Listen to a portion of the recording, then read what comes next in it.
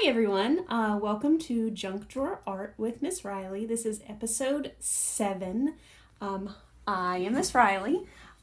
Today's episode is stepping outside of my comfort zone a little bit.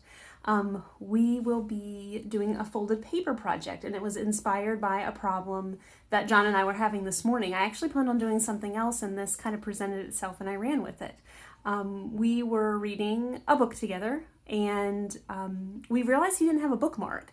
And so I thought about all of you guys, especially my kids at Oakhurst, who might be at home and reading, and you don't have something to hold your place when you step away he had to go eat breakfast. And so he had to put his book face down and wrinkled it up. And so we decided to make bookmarks this morning. Now, I am not going to have him in my video today. I know you guys ask about him. He's actually being Batman right now. But because this is really intense, so I need to focus, but we made one already today. And actually what we're going to be making are these guys. So they're little monster corner bookmarks, and I'll show you how they work at the end. So what I'm going to do is talk to you for a minute about paper folding, and which is new for me. It's not one of my areas of specialty. And then I'll show you how to make these and how they work, and you guys can hopefully get started. I am going to warn you, this is a video you might have to watch once or twice or even 3 times. You might have to pause it and do it step by step, because even I'm going to be following the directions that I have on the screen, because it's really hard to memorize all the steps. So this is a project that is good if you have a kid who is in kindergarten or 1st grade. They're going to need help with this. Older kids, you can probably do it yourself. So what we're actually talking about, our art connection today, is origami. And origami is a combination of 2 Japanese terms. Ori is folding, and it's actually the word kami, not gami, but we've changed it a little bit in our language, which means paper. So it literally means folding paper. And so the point of origami is to take a square sheet of paper and transform it into a 3D sculpture. And I put this picture here of paper cranes because a lot of times when people talk about origami, they are thinking of cranes. That's one of the most typical things we think of, but it can be a variety of different things, from very simple to very elaborate. Now, ours are not going to be so much a sculpture, but it really does tie in. It's a very simple version of this beautiful and intricate form of artwork. So I'm going to make sure I have my instructions up. And what I'm actually going to do is I am going to put the camera down so that you guys can watch my hands and I can show you how I did this.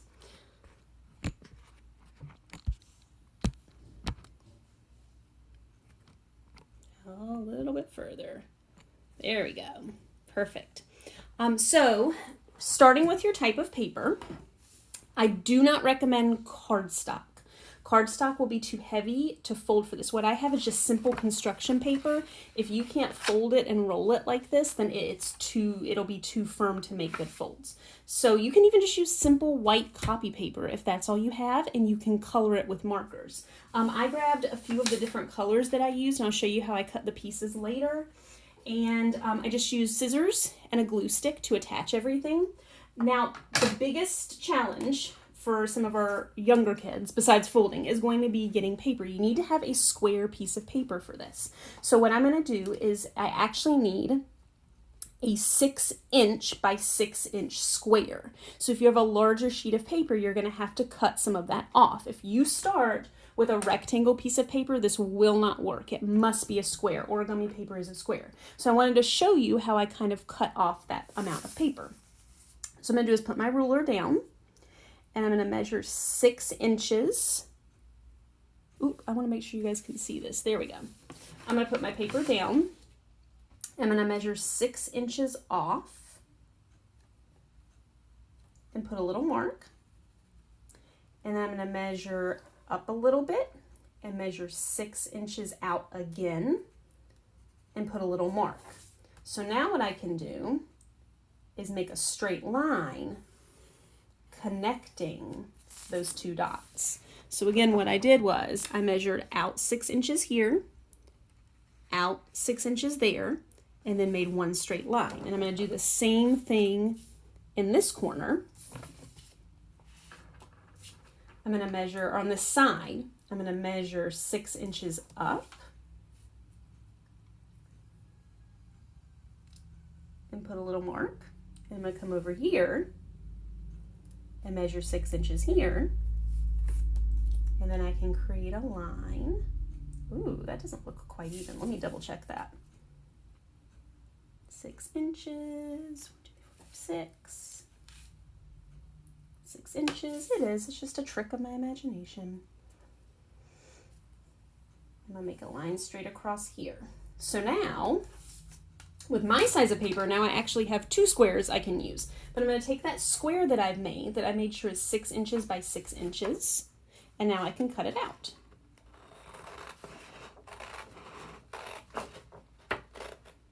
You can make as many of these squares as you want to, but this is going to be your standard origami size for easiest use. So now I have my extra paper I can put to the side, and I have my 6-inch square.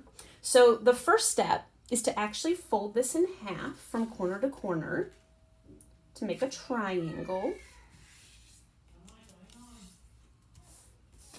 So I have my triangle folded, and my next step is going to be to fold these corners up to meet the top. So I'm going to take this and fold it up to the corner.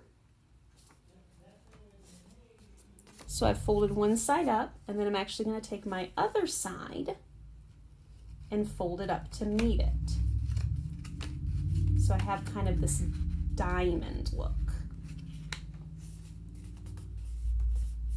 So again, if you missed that, I've got my half square. I folded this side up to meet the top, this low corner, the other low corner up to meet the top also. And now what I'm actually going to do, because you do this sometimes in origami, is I'm going to unfold that, because what I created were my guidelines. I'm actually not going to leave it folded like that. Now I'm going to take my top corner and fold it down to touch the bottom. When I'm making origami, I like to really get my creases nice, especially for the final folds. This one's going to be one of our final ones we need. So I'm going to get my crease, just push it with the pad of your thumb or your finger. So I've taken that and folded it back down to meet the bottom. And now the nice thing is, I already have this little fold here that I created. So I'm going to use that fold that I've already made to fold my piece back up, and I'm going to tuck this down as tight as it can go in its little pocket. I'm going to take this other triangle and fold it up and tuck it over. Let me show you that. I want to show you that really close so you guys can see it. So I took this corner and folded it up and tucked it in. So I'm going to take this corner, fold it up, and tuck it down in the pocket. You might have to kind of open it up and push that corner down in there and kind of mush them down tight. It might not be perfect. You might have some edges that are a little off. You can push it down a little further in. It is not going to be perfect the first time. It might take a little bit of practice. So now I have my monster head.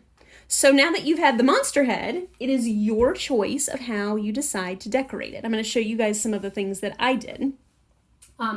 My little guy, I cut him some eyes and eyebrows and teeth, and then the back of his mouth. So I know the back of the mouth can look kind of complicated, and with the layering, it's tough to measure to go up in there. So all I actually did was, I just took a rectangle piece of paper and I actually just cut the corner off, because that's a perfect right angle, and so is this. But the problem I encountered was it doesn't always slide all the way up in there. So if you need to, you can kind of trim those little corners off, and then you have a nice little mouth to put in. And all I did was take a little bit of glue, spread it out on the bottom, center it up. So a little bit is still showing around the edges for the bottom. And then I've got a little mouth for him. You can scoot him as far as you want to. For the eyes, I just took a piece of white paper You can see the eyes and the mouth that I did earlier, and I just literally cut a circle, and I did that by putting my scissors in. I tell my kids, when you're cutting circles, you aren't moving the scissors, you're moving the paper. So I'm literally twirling the paper around in my hand to make a circle. And if you're worried like, oh no, the circle's not perfect, the cool thing about it is they're monsters. So let's pretend I get one really big eye and my two circles are not the same size. It's actually going to look, and I'm going to put a little bit of glue here and here to stick them down. It's actually going to make it look even neater because this is a monster and there's no reason that monsters have to have the same eyes. They can have different sized eyes. You can give them eyelashes if you want to. You can give them any kind of eyebrows. For the inside circles of the eyes, I just took some black paper and I kind of did the same thing. I twirled, notice how I'm twirling the paper around on my fingertips. If this is a little too small for you, you can also always just take a Sharpie and just give them eyes. It doesn't have to be with a piece of construction paper. And even if you just have a white piece of paper to fold, you can use crayons to color these. You can give them eyebrows with crayons and markers. It does not have to be with construction paper. Now I will tell you the coolest part of these guys is the teeth. So let me show you how I did my teeth. All I did was I just took the edge of the paper and cut these little triangles into it. So I cut in on one side, oh, there you go, and in towards each other, and then you just pull them out. So again, cutting up, cutting towards that one again to make a little triangle, and they should just fall right out. Now you can glue your triangles against the red mouth, but if you want them to stick and hang over the edge of the book, you're actually going to take the triangles and you're going to turn your mouth in like this on the bottom and put just a little bit of glue. I'm actually going to I'm going to use this, I'm going to hold the glue still and use the tooth to put it on. I'm just going to rub the top of it on the glue stick, holding the mouth, turn it upside down, stick it there, and hold it. If you hear a noise, that's my dog Jack. He's scratching at the carpet. Put the glue at the top, just at the top. Whoop, there we go. I'm going to come right here, stick it, so you can see that I'm starting to add my teeth and my hand can go up in. So what this will look like in a book is, if I have my book here, this is one of my favorite books that I like to read. And I'm reading, and I get to a page that I'm stopped at, I can take the little monster, tuck him there at the top, and next time I open the book, he's there waiting for me, there you go, to show me what page I was on. So I really hope you guys have fun making these little guys. I saw some examples online of some. They turn them into minions. They turn them into animals. It doesn't just have to be a monster. It can be any kind of creature that you'd like to decorate. So I hope you guys have a lot of fun making these bookmarks. And as always, if you have any questions, if you want to show me your work, anything that you have done, you can feel free to... Here, let me roll up so you guys can see me again. Hey! So if you have any questions, anything you want to share with me, anything you want to show me, you can contact me. If you're one of my Oakhurst kids, you can contact me on Dojo. If not, you can feel free, if you saw this on Facebook, to reach out on Facebook, or you can contact me on Twitter or Instagram at my handle is CSRileyTeach. And I hope you guys have a great day. The sun is back out, so go out and have a little bit of fun outside. I'll see you guys tomorrow. Bye.